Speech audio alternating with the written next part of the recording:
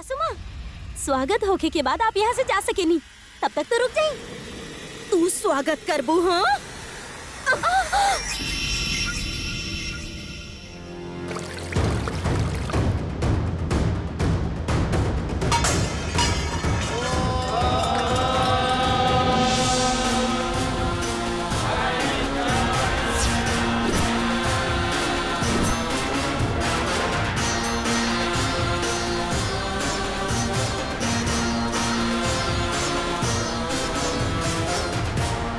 बेटा विशाल,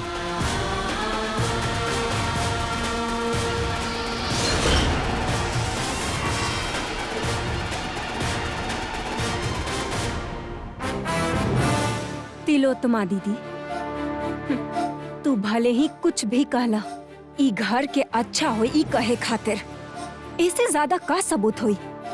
देखा तुझे थाली उड़ैला उ कहाँ जाके गिरल।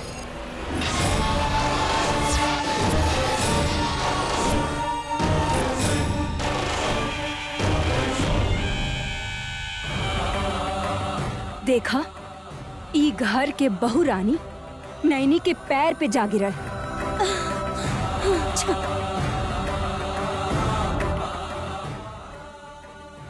हाथ के लकीर कोई मिटा न पावेला दीदी।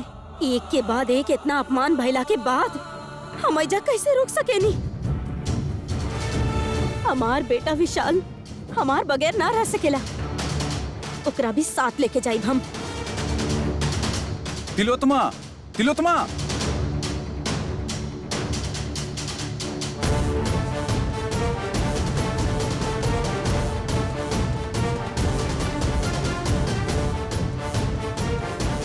तू काहे जयबू माँ? हम ही चल जाते हैं। सारा जायदाद ओकर नाम कैलस ना, ओकरे ही घर में रहेदा। हाँ बेटा, जब तोहरा के शादी पसंद नहीं खेता, यहाँ बिल्कुल मत रुकिहा, चल जा।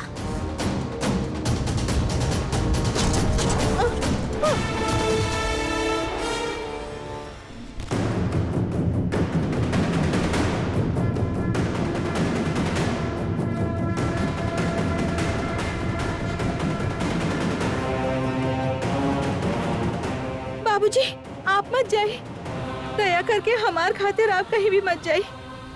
तोरा खातिर ना, हम आपन खातिर जाता नहीं। हम ही घर में तब ये रहब जब तू चल जाए, जब तू चल जाए, जब तू चल जाए, जब तू चल जाए।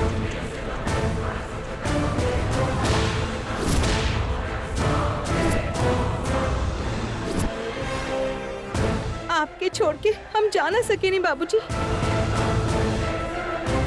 आप जहाँ रहब हमके उहे रहे के होखी। ए, गांव वाला लोग तरह के पनौती कहेले। अब तू हमार बेटा के जिंदगी में पनौती लगावे आयल बाड़ू। ना मेम साहब, बाबूजी के रक्षा करे आयल बानी। बड़का साहब, आपके पता बाना, हमरा वजह से बाबूजी पर आवे वाला आफत दूर हो जाए ना। जीजा जी, काली यही जा जायदाद खातिर नहीं खे, अधिकार खातिर बिल्कुल भी ना। विशाल के साथ होके वाला आफत से बचावे की बात कर रहल बिया ना। हमार मानी तो अब आप ही फैसला करी। विशाल भैया, लक्ष्मीपुर में यह हमरा बचौले रही, अब पूरा घर के बचाई का? ए, तू चुप रहा। कुछ भी बहाना बना के यहीं रहल चाहती है, यही खातिर हमनी सबके भविष्य खराब बा, ई सब कह के डरा रहल भी आई। अब काहे के चर्चा कल जाओ, यहाँ से भेज दिल जाओ, कहानी खत्म। हे, अब तक तो हर सब कुछ सुनते आयल बानी हम। अब हमरा में इतना सबर नहीं है। स्वर्गवासी गायत्री दीदी तोहार आरती उतार ले बाड़ी और तोहरा के घर में आवे खातिर करी। हमार दिमाग खराब हो गइल बा झूठा कहानी सुन के। तोहरा एजा आश्रय ना मिली, चल जाए जैसे। ना जाइयो, ना जाइयो, ना जाइयो।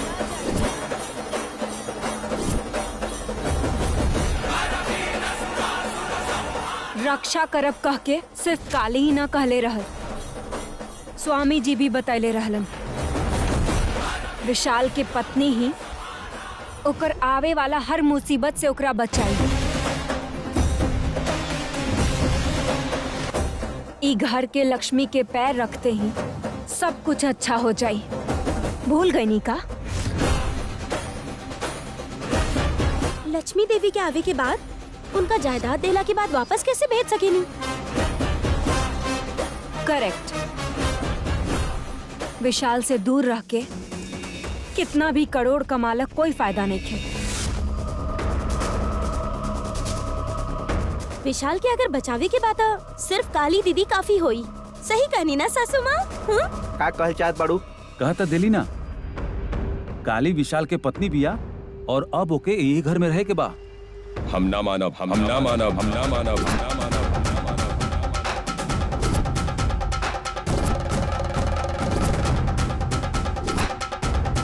विशाल, तुहार पत्नी ही तुहार जीवन के रक्षा कवच बिया, ये स्वामी जी कहले रहले। तोहार बेटा के बचावे के शक्ति केवल ओकर पत्नी में ही बा। शादी अचानक से न भइल, ई सब में भगवान के मर्जी रहल, तब जाके काली तुहार पत्नी बनल। अब यहाँ स्वामी जी आकर काली ही तुहार रक्षा कवच बिया कहले रहले। अगर तू न मनवा तब्बो यह सच्चाई बा। काली ही तुहार पत्नी बिया, पत्नी बिया, पत्नी बिया। सबके तू एक मौका जरूर देला, काली के भी एक मौका देवे के होई।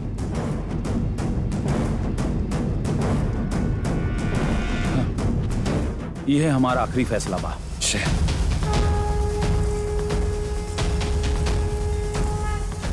ठीक बाजी, आपके खातिर आप पूछ रहल बानी यही से। विशाल के पसंद ना होके के बाद भी एक मौका जरूर दे बिकरा के।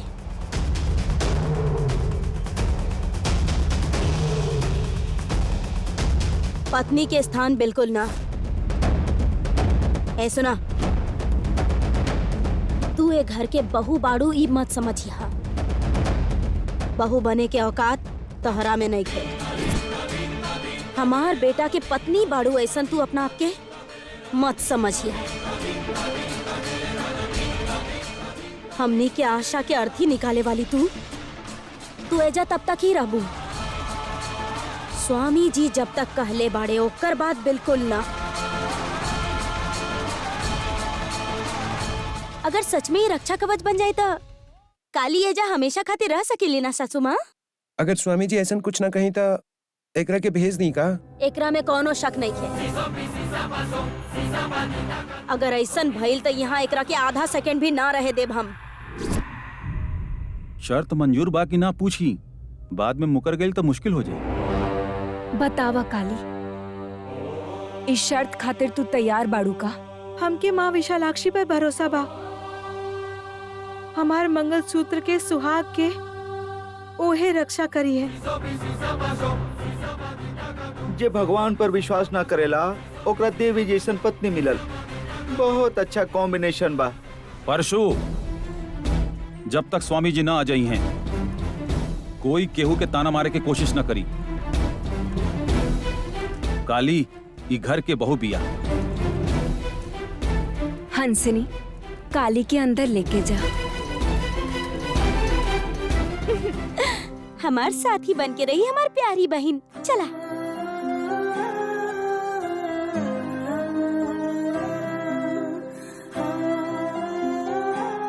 विशाल, लगेज के अंदर रख दा।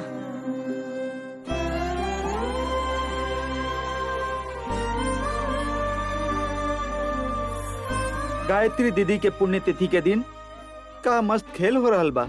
जौन होके वाला रहल उ न होके बचावे वाली काली ही ओकर कारण बनल बिया। बात पे बात बताई तो का फायदा बाजी? स्वामी जी के ऐजा आवे तक सब्र कइल जाओ।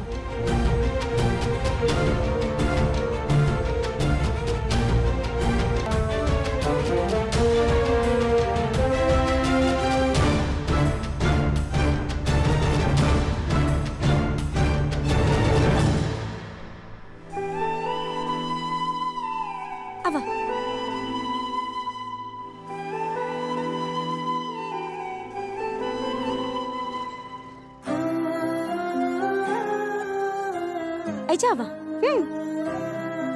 आवा ना आवा आवा। इतना बड़ा घर में बहू बन के आयल तहार नसीब बा। ऊपर नीचे घूमे समय पैर में दर्द होवल बदनसीबी बा। बाकी तू तो सीढ़ी पर चल रहल बाड़ू ना। ऐसन कुछ भी नहीं खे मेम साहब, चले के तो हमके आदत बा। कौन सा रूम में रहबू तू? मतलब रूम माने कमरा। वास्तु देखल तोहार आदत होई ना, ऐसे पूछनी हम। अब विशाल बाबू की कमरा कहाँ बा मेम साहब? काहे खातिर? ओकर कमरा में बसे चाहेलू का? एकरा के बस जाने के हुई कि विशाल कहाँ रहेला, बस सासू माँ और का। तोहार जैसन पागल अब एकरा के बहू के सर्टिफिकेट दी, ई ना हो सकेला।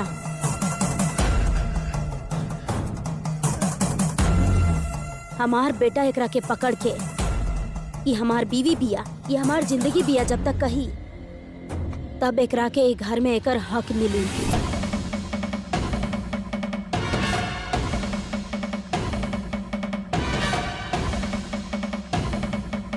ओके जा।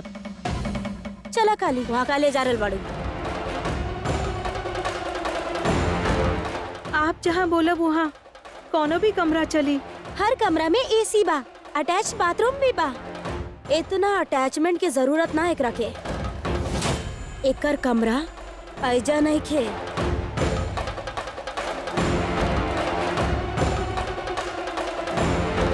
आउट हाउस में बा, आउट हाउस में बा।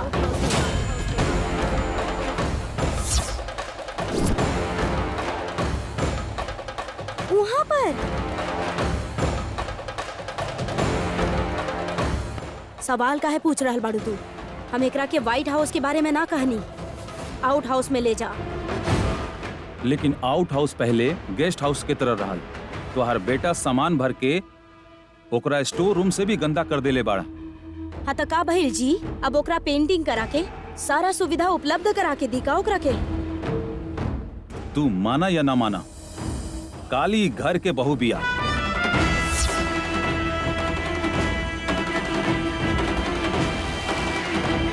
काली अपना गांव में एक गरीब पुजारी की पोती हो सकेले, लेकिन यहाँ पर बिलियनियर सूर्य देव जगदीश वर्मा की बहू बिया।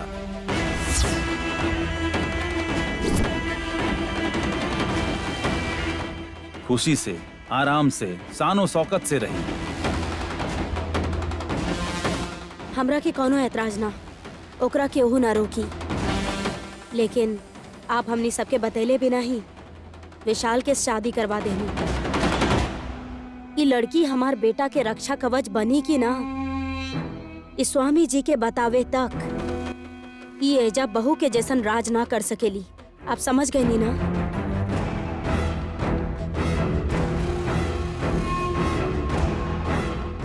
यही खातिर हमरा के बस यह कहे के बा, विशाल के बारे में ज्यादा सोच के स्वामी जी के आवे तक हम एकरा के घर में रहे खातिर परमिशन देले बानी। तो एकरा से निराशा ना होके के चाहिए। यही खातिर अब आउट हाउस के सफाई करके एकरा के आराम से ओहिजे रह के बा।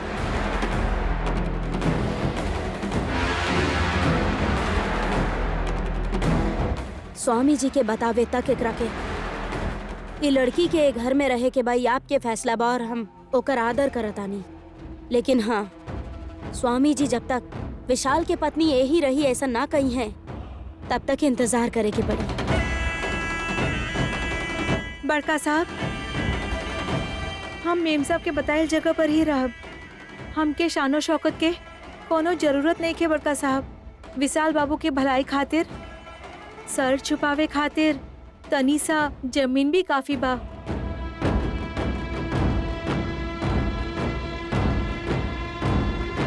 तोहार भला ही तोहर रक्षा करी। तू ही हमार बेटा के रक्षक बड़। स्वामी जी जरूर तू ही विशाल के रक्षक बड़ू जरूर कहिए। तब बैंड बाजा सहनाई के साथ धूमधाम से तोहार बारात निकली, देख लिया बेटी।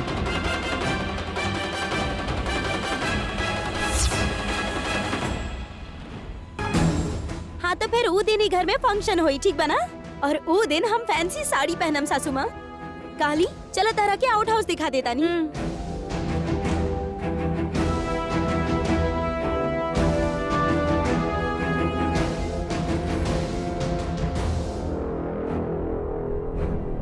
थोड़ा रहम करल सीख ला तिलोत्तमा, सेहत के लिए अच्छा होगी।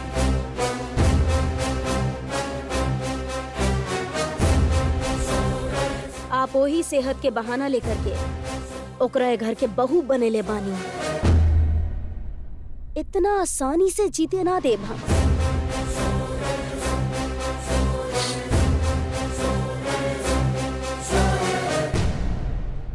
आवा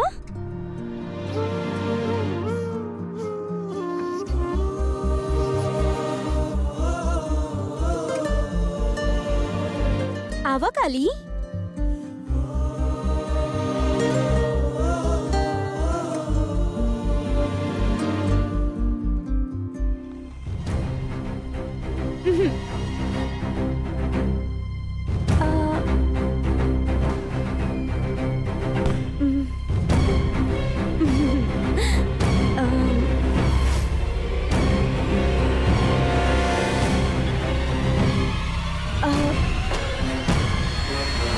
का भइल मेम साहब?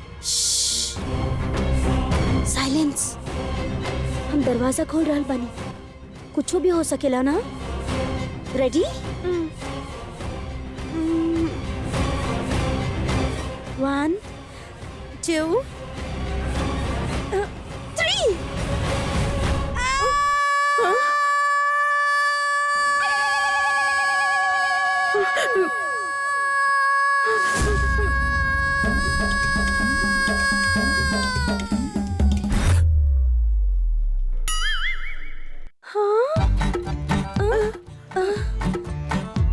अरे बाप रे, क्या हो ना रहे?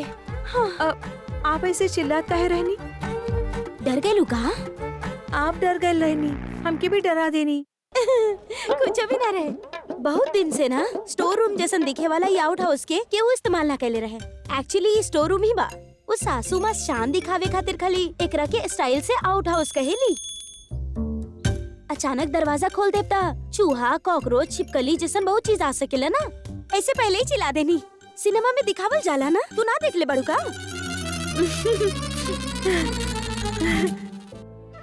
अरे वाह, तोहर स्माइल कितना प्यारा बा।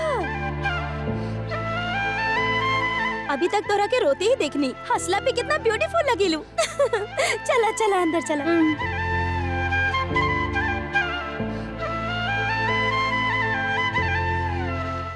आवा चल।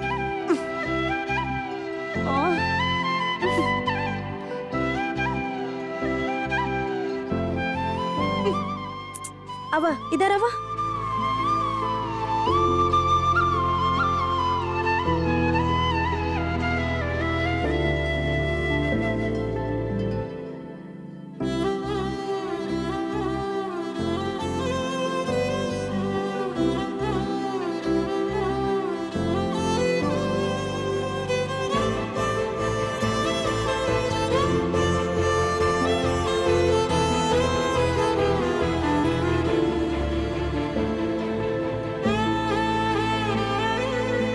ऐसे काहे देख रहल बाड़ू? हमरा अकेला खातिर इतना बड़ घर का है? एकरा के केहू घर कहेला का? सफाई करे से घर संसार सब कुछ होगी मेम साहब।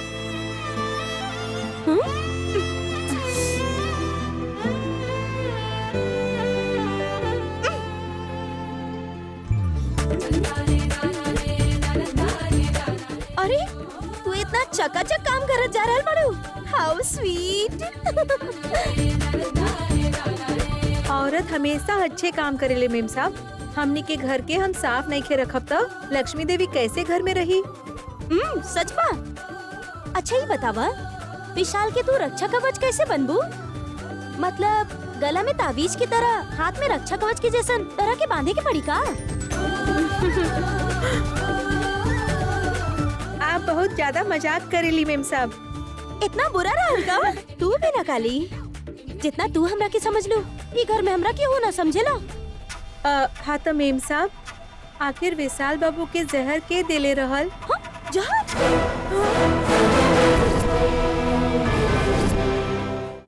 बोले की बीमारी तो खाली हमरा की बा, तरह की भी बा का? जहर के मिलेले हुई? विशाल के आखिर के मारे चाहत हो की? उहे उहे पता ना के और काहे खातिर। तू जाने की कोशिश कर रहल बाड़ू ना? हम जानत आनी। जहर कहूँ और के ना रहे काली, हम ही तैयार करके देले रहली।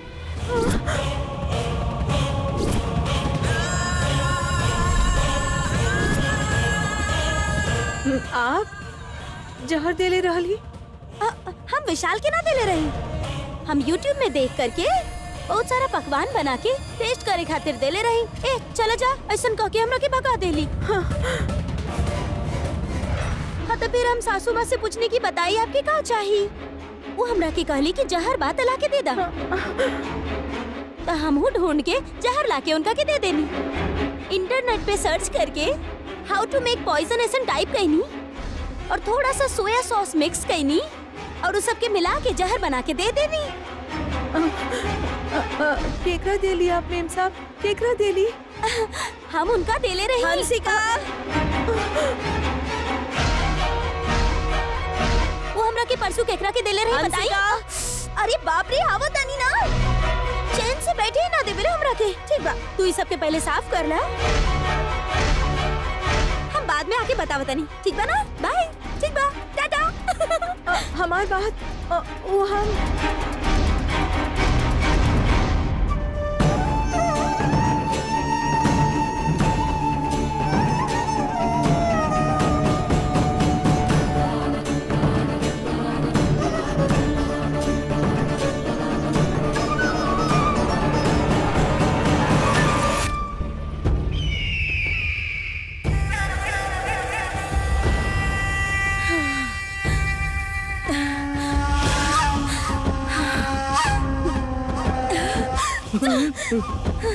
दीदी, तू ऐसे छोट छोट बात पर गुस्सा करत रहू तो बीपी टैबलेट भी फायदा ना करी, तबीयत खराब हो जाये। अगर खराब हो गई तो दवाई लेके सेहत ठीक कर ले भैया। सेहत तो ठीक कर सकत बाड़ू दीदी, लेकिन अपन नसीब कैसे ठीक करबू?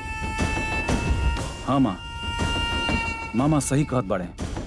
विशाल के खत्म करब तो जायदाद हमनी के हो जाई, लेकिन पापा सब गड़बड़ कर देले। सारा जायदाद ओकर पत्नी के नाम कर देले। इससे में विशाल के मारे में हमनी के कोनो फायदा नहीं खे माँ। और एमे एगो और ट्विस्ट आ गई, ओकर शादी भी हो गई। एक गांव के अनपढ़ गंवार लड़की यहाँ आके हमनी के नसीब के बदनसीब बना देलस। हाँ दीदी, तूफान भी इतना तेजी से ना आवेला। हमनी जायदाद खातिर कितना दिन से मुंह फड़ले बानी, अब हमनी के मुंह में आग लग गई। सारा जायदाद लड़की के दे देलन, अब हमनी के गोली से काम ना चली, सीधा फांसी लगावे के पड़ी। हम कैसे लेवे दे भैया? आउट हाउस के धूल कचरा साफ करते करते थक जाई और रेस्ट लेके जब तक वो सूत के उठी तब तक हम कुछ ना कुछ सोच ले। जे भी करे के बा जल्दी कर माँ, वो हमनी खाती यमदूत बनकर बैठल बिया।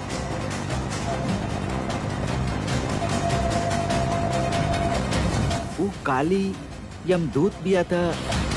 गायत्री दीदी बहुत बड़ी का? हाँ भांजा, गायत्री दीदी ओकर आरती उतार के स्वागत के लिए बड़ी कहत रहे। वो झूठ बोल के प्रभावित करे चाहेली। ऐसन कहानी पर हमनी विश्वास नहीं के करेली। असल में ओकर उद्देश्य काबा हमनी के पता लगावे के पड़ी। कैसे पता चली माँ? तो हर पागल दीवी बड़ी ना, जरूर ओकरा साथे दोस्ती कर ली। ओकर मासूमियत के वजह से जब चाहे तब हमनी के आउट हाउस के न्यूज आके सुनैबे करी ना। दीदी, ये सब टाइम वेस्ट के काम बा। पहले वो काली के खत्म कर दे जाए, सारा प्रॉब्लम अपने आप खत्म हो जाए। लेकिन ई बेरी आपके घिनौना काम में हम साथ ना दे मामा।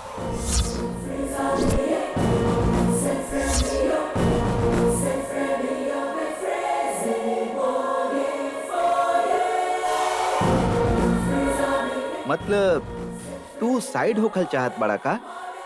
काली हमनी के दुश्मन नहीं की, जायदाद ओकरे नाम पर बा। फिर भी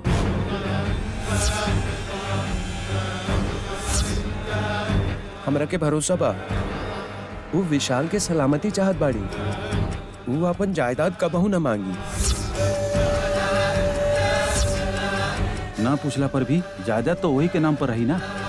हाँ तक वो मासूम लड़की के मार दे बतू।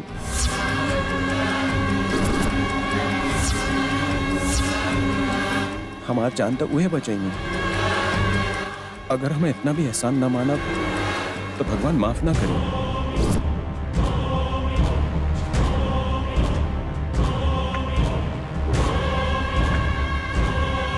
का भइल? इंसानियत के बात कर रहल बड़ा? बदल गइल बड़ा का? चाहे फिर हमार बेटा बड़ा तू ई बात के भूल गइल बड़ा? प्यारे भांजा, हमनी सब आपस में मिलके कुछ काम करब तबे कुछ हासिल होगी। तू चुपचाप साइड हो जाइबा और तू सोचबा कि तुम्हार हाथ में माटी लगले बिना कुछ मिले, ये तो मुश्किल बा ना। तू हमार बेटा बड़ा, हमार बात माने के ही पड़ी। हम तोहरे बेटा बा, लेकिन वो जगदीश वर्मा के बेटा नहीं खे। वो जगदीश वर्मा के बेटा नहीं खे।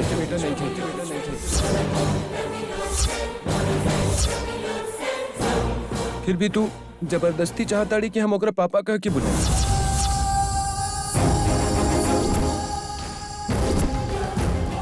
हमार पापा के गुजरल बहुते साल हो गई, पर कभी पुण्यतिथि कैलू का, पर कभी पुण्यतिथि कैलू का,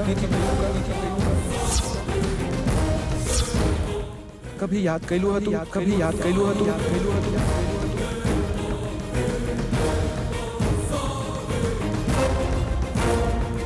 अब दूसरा के घर में आकर जायदाद खातिर नाजायज संबंध बन। विक्रांत, विक्रांत, विक्रांत, विक्रांत।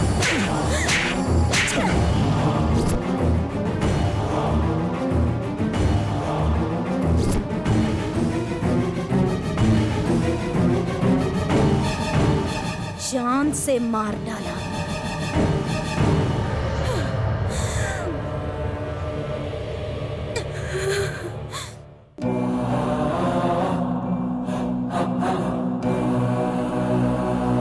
हम जानत तानी मार डालिए गायत्री, ओकरा मार डाली है। ओकरा जरूर मार डाली है। मासूम बहू काली के भविष्य में होके वाला सब घटना के बारे में पहले से पता चल जाला गायत्री। अगर तिलोत्मा के पता चल गई तो वो जरूर काली के मारे की कोशिश करी। उत्तराधिकारी विशाल के छोड़ के ओकर पत्नी के नाम पर जायदाद लिखे के बाद बाहर ना आए सोचले रहनी, लेकिन वो राक्षस सबके पता चल गई कि विशाल के पत्नी काली के नाम पर जायदाद बा। अब वो लोग चुप ना रही हैं। वैसी भी ओकरे जुबान से जहर निकलेला। ये खूनी भेड़िया आदमखोर लोगन से कैसे बचाई हमरा कुछ समझ में नहीं के आवता। वो नर रूप में रहे वाला राक्षस लोग काली के साथ का करी हमके कुछ समझ में नहीं के आवत।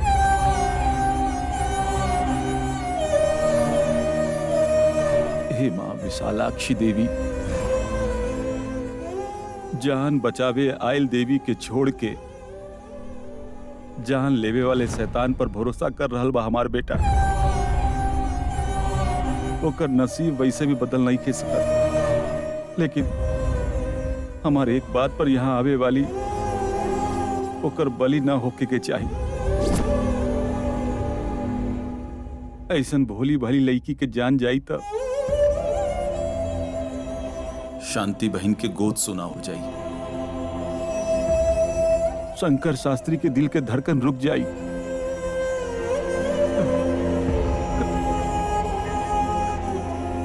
कहा करी हम?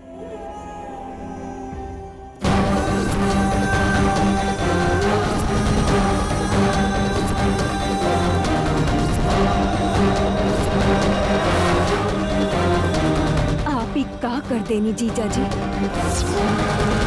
काली के यहाँ भरोसा दिला के बुलाता लेनी, बेटा के साथ जीवन बितावे खातिर कहनी, लेकिन सामने रह के ओकर जान ले ई ना सोच ले रहनी।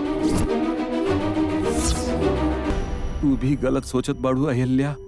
ना तो और का जीजाजी, तिलोत्तमा के बारे में तो आप जाने नहीं ना। जानत बनी अहिल्या, लेकिन काली के सोचले रहली विशाल अपन जान से ज्यादा प्यार करी, लेकिन उ नफरत करे लगल। पर उ हमार बात के समझे के कोशिश भी नहीं के करत बा। कितना बोलनी,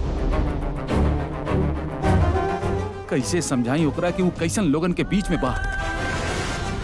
काली के ई राक्षस लोगों से बचावे के पड़ी। देखा अहिल्या, का करी समझ में नहीं के आवता। अगर हमके पहले पता हो खत्ता, असल में काली के घर में रह ही ना देती जीजाजी। अहिल्या, हाँ जीजाजी, ओके वापस भेज देती। तिलोत्तमा के बात में हाँ मिला के तू नाटक कर रहल बाड़ू काली कह के, ओकर ईगो के सेटिस्फाई करके ओ मासूम के जीवन बचावे खातिर तो ओके यहाँ से भेज देती हम। बचावे खातिर वो खुद ओकर शिकार होए जा रहल बाड़ी। लक्ष्मी रूपी बहू के घर में आवे से पहले ही हमके न पता रहल कि खूंखार जानवर के बीच में आ जाए।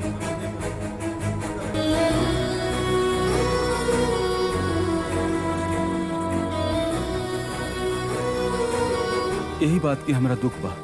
कोई सलाह दा।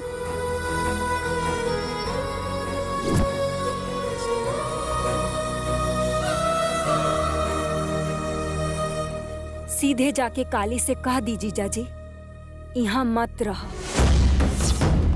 अगर यहाँ रही तो ओकर खून करके मंदिर के नाम से समाधि बना दे।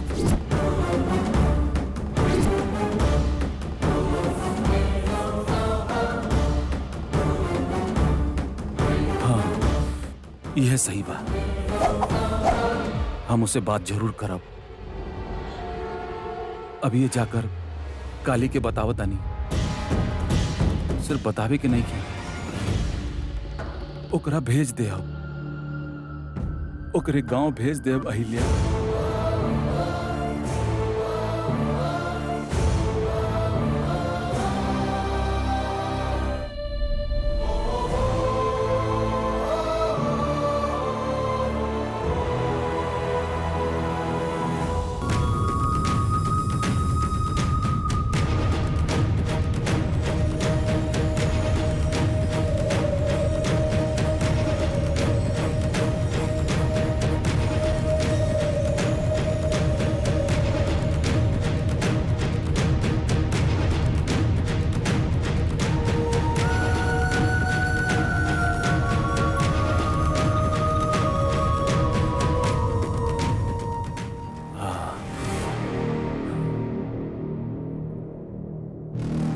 बेटा काली।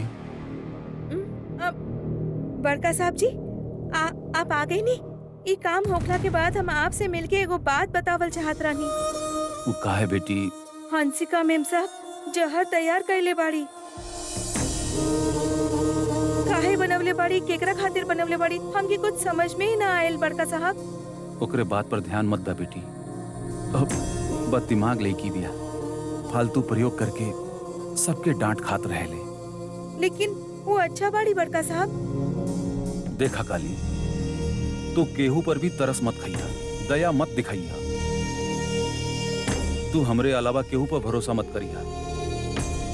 पहले तू यहाँ से चल जा काली, चल जा यहाँ से चल जा काली, चल जा काली।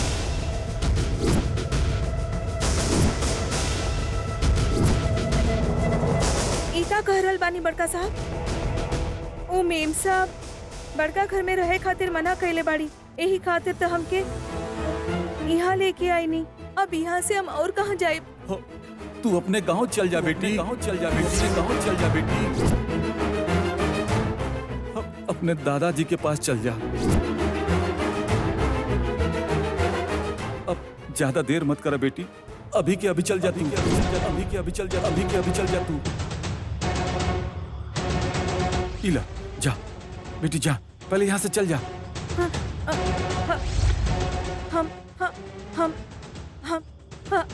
हमके कुछ भी समझ में नहीं आ रहल बड़का साहब। शादी होके के बाद माँ कहले रहले कि पति ही परमेश्वर होखेले। दादाजी कहले रहले अपन सुहाग के रक्षा करके सदा सुहागन रह। गायत्री माँ कहले रहली हमार बेटा के बचा ल। और आप बानी की हमके चल जाए के कह रहल बानी, काहे खातिर बड़का साहब?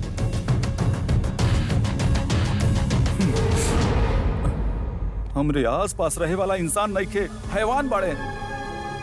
जीते जी नोच कर खाए वाला भेड़िया बाड़े। अब तक कोई पाप ना करे वाली हमार बेटा के बचावे आयल बाड़े तू। हम तोरा बलि के बकरा ना बनाई।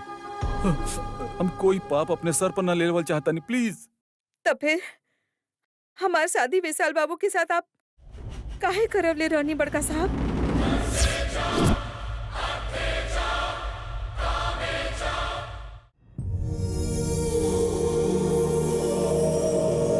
बड़का साहब, हमारे बचपन में ही पिताजी चल बसले। सोचले रहनी ससुराल में हमार सास ससुर ही हमार माँ बाप की तरह होगी है, लेकिन हमार भाग्य में माँ कह के पुकारे खातिर गायत्री माँ नहीं की। आपके ससुर जी बुलावल चाहिए, लेकिन आपके बड़का साहब कहे नहीं था। हमार पिताजी याद आवेले, इसे बहुत खुश रहनी हम। वो घर वाले हमके बहू ना समझ ले, फिर भी एक घर में बहू के रूप में स्वीकार करिए, ये उम्मीद पर रुकल बानी। अब आप सबके छोड़ के गांव जाए खातिर हमसे कहब तो हमार जान चल जाए बड़का साहब।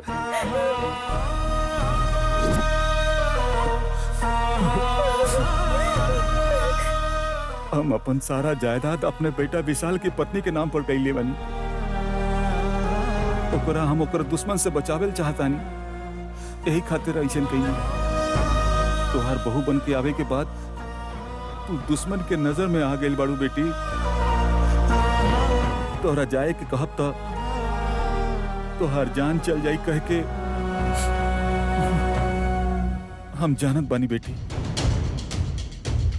लेकिन तू यहाँ रहबू तो तोहार जान चल जाए जानत बाड़ू काली। तोहार जान चल जाए जानत बाड़ू काली। तोहार जान चल जाए जानत बाड़ू काली। तोहार जान चल जाए जानत बाड़ू काली।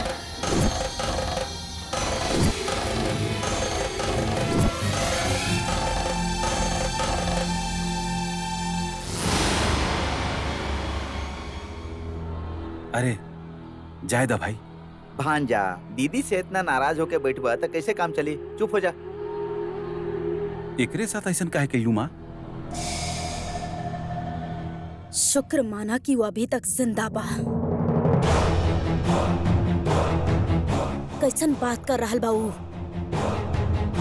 जगदीश वर्मा के पास सेक्रेटरी के काम करते समय हम उनकर करीब आ गए रहनी,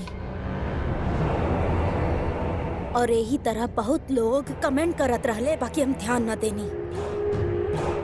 हमनी के बीच में ऐसन कौनो बात नहीं खे कह के वो हमरा के दिलासा दिलैले। हम जानतानी कि उनकर दिल में कौनो तरह के गलत उद्देश्य कबो न रहल। ओ दिन भी और आज भी आप लोग के डैडी के मरे के बाद हमनी के मदद के करी सोचकर हम रोवत रहनी था। जगदीश वर्मा हमरा के हिम्मत देहलन।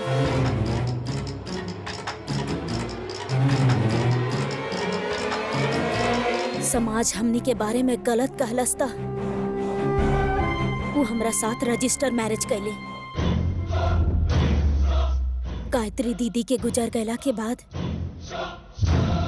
लोग सोचलस कि हमनी दोनों के दोसर शादी हो गए, लेकिन इस सच्चाई नहीं खे।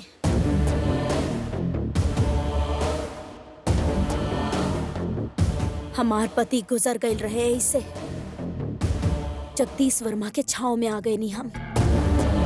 लेकिन यहाँ के शान और शौकत देखे के बाद तोहनी के करोड़पति बनावे खातिर अब तक चाल पे चाल चल रहल बानी हम। तोहनी लोगन से ज्यादा हम गायत्री दीदी के बेटा विशाल के साथ ज्यादा वक्त बितेनी। काहे खातिर? इकलौता वारिस के अपन मुट्ठी में करे खातिर और ओकर जायदाद के हमनी के कब्जा में करे खातिर। केहू कुछो भी समझे बिना ध्यान दिए सब्र करके हम ऐजा तक पहुंचल बानी। उम्र बढ़े के वजह से ना बेटा, हम इतना धीरज रख ले बानी। 100 करोड़ हिसाब लगावे खातिर हमरा के चाहे जौन भी करे के पड़े, ई दौलत के ताज के हम तोहनी के सर पे सजा के रहब। हम इतना मेहनत कर रहल बानी और तू अपन माई से ऐसन बात करबा?